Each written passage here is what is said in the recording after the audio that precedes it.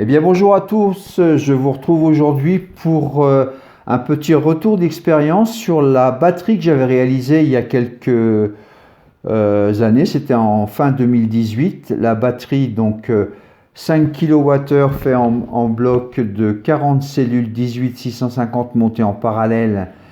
Et il y avait donc 14 blocs en série pour cette batterie qui avait une capacité théorique après les mesures individuelles sur chaque cellule de 5 kWh.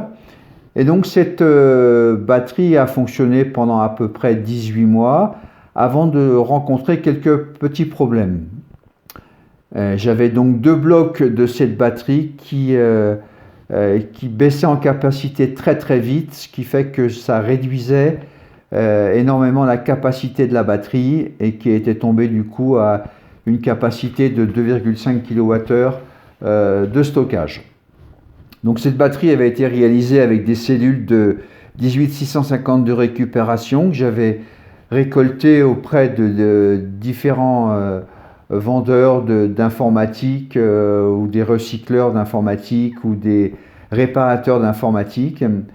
C'est un processus qui est long, qui demande de se déplacer, d'aller chercher, d'avoir des contacts, qui demande après un dépouillage de ces batteries qui demande du temps et un contrôle individuel de chaque batterie aussi qui demande énormément de temps.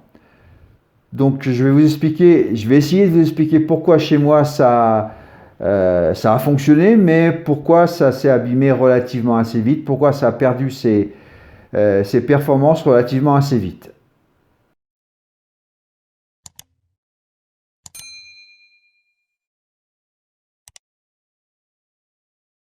Donc après cette première phase de récupération de batterie, décortiquage des batteries, il a fallu passer donc au test individuel de chaque batterie. Donc j'ai investi dans un chargeur Opus BTC 3100 et qui me permettait de faire des tests de charge et de décharge des batteries, mais 4 par 4. Et très vite, on s'aperçoit que c'est très long.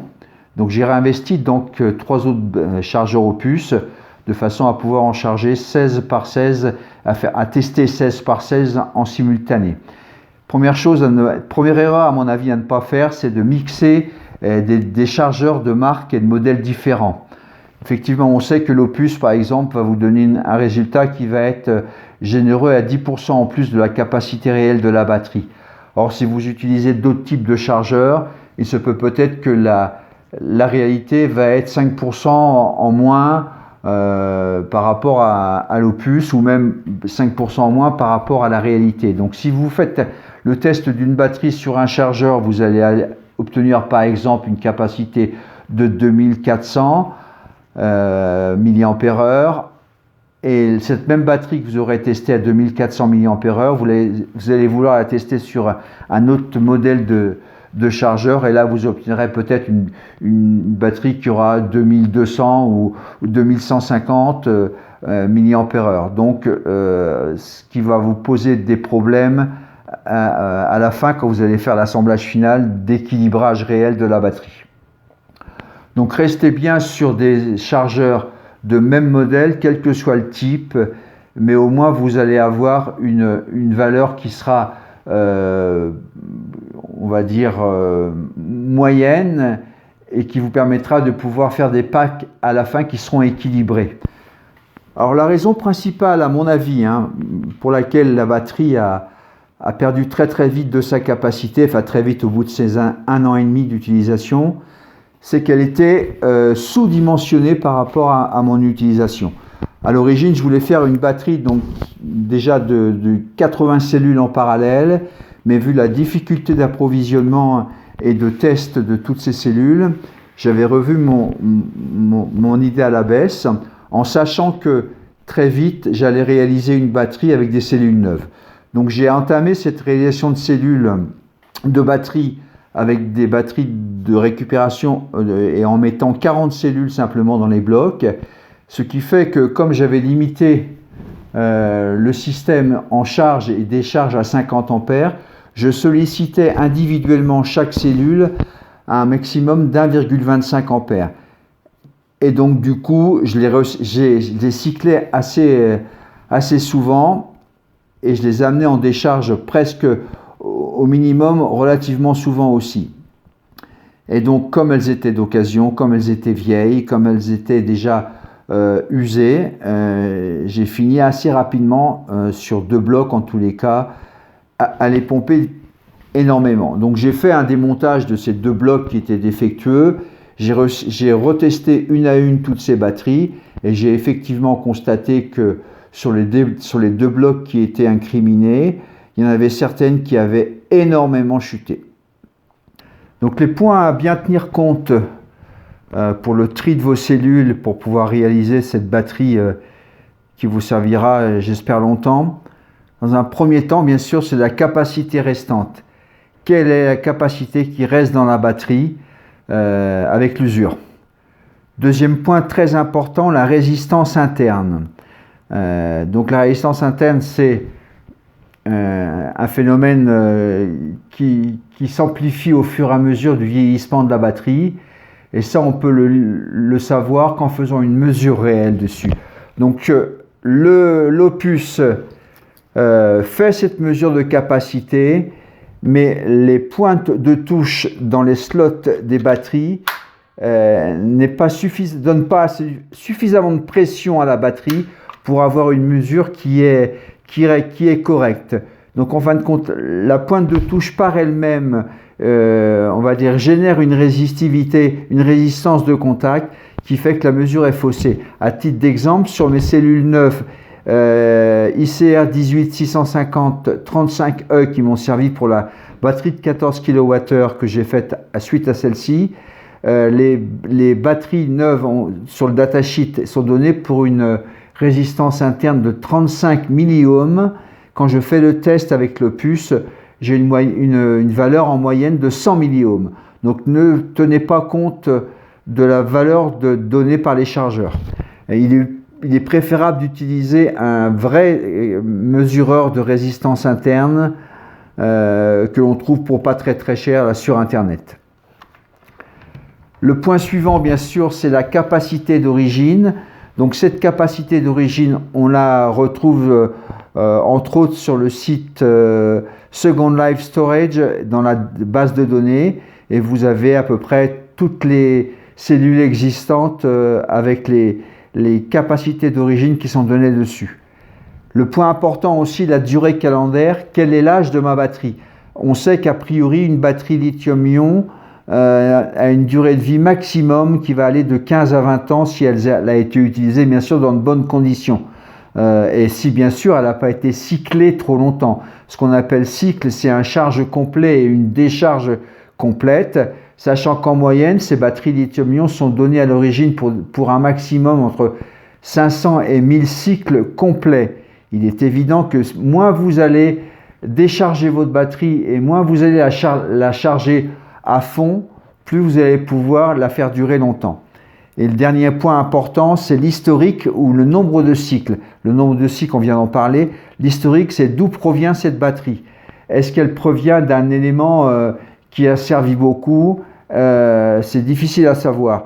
Je vois par exemple dans les batteries de récupération d'ordinateurs portables, si vous récupérez des batteries qui traînent dans les bacs de récupération, généralement c'est vraiment des batteries qui sont pompées.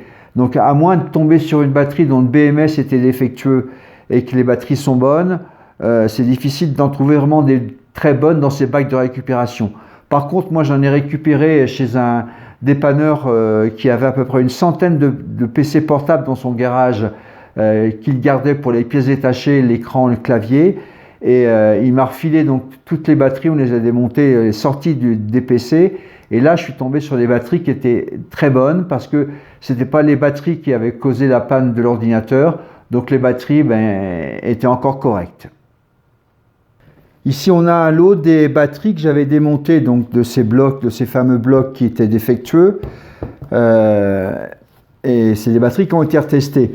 Donc j'ai la marque dessus des 2 tests qui ont été effectués au fur et à mesure des processus. Le premier test avait été effectué et on avait trouvé une capacité de 2049 mAh pour une résistance interne de 107 milliohms. Et donc au deuxième test que j'ai effectué suite à la défaillance de la batterie, défaillance du bloc, je tombais sur une capacité qui était descendue à 1538. Donc déjà là, rien qu'en 18 mois, cette batterie avait perdu à peu près 25% de sa capacité par rapport au premier test. Et c'était sensiblement identique sur toutes les cellules. Celle-ci qui était une Samsung 22E, j'avais fait un test à l'origine à 21-31 et dans le deuxième test j'étais arrivé à 19-18 mAh. Celle-ci qui était une 22F ICR 18650 22F, j'avais une capacité à l'origine de 22,07 mAh pour 122 milliohms et au deuxième test j'avais une capacité de 20,34. Donc des usures qui n'étaient pas proportionnelles au nombre des mois utilisés. J'ai fait un petit tableau de récapitulatif et je vous en parle tout de suite.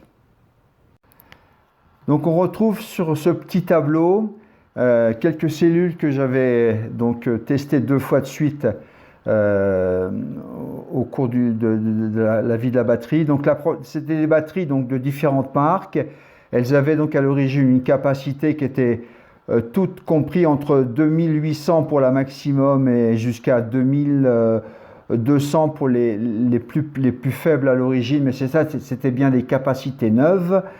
Donc le premier test que j'avais réalisé, j'avais donc relevé toutes les capacités. On peut voir que elles avaient des capacités correctes à l'époque, avec des résistances internes qui me semblaient correctes avec la mesure faite avec l'Opus, bien sûr, et ce qui me donnait à chaque fois une capacité restante par rapport à la capacité d'origine. Donc la CGR, par exemple, 18650 CE, avait une capacité à l'origine de 2250 mA. Je l'avais mesuré à 2049. Il me restait donc 91% de la capacité exploitable de cette batterie. Donc j'avais choisi bien sûr à l'origine que des capacités relativement et des restes de capacité relativement importantes de façon à avoir une certitude d'aller assez loin dans l'utilisation de la batterie. Suite à la défaillance, j'ai refait donc ces mesures et du coup la première, la CGR 18650 CE, qui à l'origine au premier test faisait 2049, était tombée à 1538. Donc elle avait perdu 68, il lui restait 68% de capacité par rapport au premier test. Ce qui faisait que au bout de 18 mois, elle avait perdu 75% de sa capacité entre les deux tests et une capacité restante par rapport au 9 de 68%. Alors c'est des chiffres à vous les commenter comme ça, c'est pas évident, c'est pas facile et c'est pas très intéressant non plus. Mais tenez bien compte de tous ces paramètres. C'est ce qui est le plus important presque pour réaliser votre future batterie. C'est tenez-vous dans des capacités restantes en pourcentage relativement importantes. Je pense qu'il ne faut pas descendre en dessous de 70% de la capacité restante pour avoir je dirais une batterie qui va tenir le coup. Deuxième petit comparatif entre deux batteries. Donc la première, toujours la CGR 18650 AF et l'autre l'INR 18650 33G de chez Samsung. La première, donc la verte, la Panasonic, a été donnée pour une capacité de départ de 2050 mAh quand elle était neuve et la deuxième pour une capacité de 3150. Après le test, j'ai pu m'apercevoir que la première avait une capacité restante de 81% et la deuxième, la Samsung, de 68%. Pourtant, au niveau du test de capacité, la Samsung me donnait 2150, tandis que la Panasonic me donnait 1670. Mais incontestablement, de ces deux batteries, la meilleure est la CGR 18650 AF, Panasonic, parce qu'il lui reste quand même 81% de sa capacité exploitable. Donc on peut dire que la plus fiable des deux resterait la Panasonic 18650 AF. Pour finir, je dirais que pour réaliser une batterie de ce type, c'est quand même un très gros boulot. Il faut trouver les cellules, les tester, les assembler, les souder. c'est quand même du boulot qui prend beaucoup de temps. Alors, donc il est dommage de foirer, on va dire, une batterie parce qu'on n'a pas été assez attentionneux sur le test de toutes ces batteries. Celle-ci, vous voyez, celle-ci, c'est une des batteries qui était défectueuse dans le pack que j'ai remplacé. Si j'avais fait plus gaffe dès le départ, peut-être que cette batterie de 5 kWh aurait tenu plus longtemps. Voilà, j'espère que cette vidéo a pu vous intéresser et va vous servir. En attendant, je vous souhaite une bonne journée. N'hésitez pas, bien sûr, à me mettre un pouce vers le haut et à vous abonner si ce n'est pas déjà fait. Et on se retrouve bientôt pour d'autres bricoles, d'autres choses sur le photovoltaïque ou sur les énergies renouvelables. Bonne journée à vous.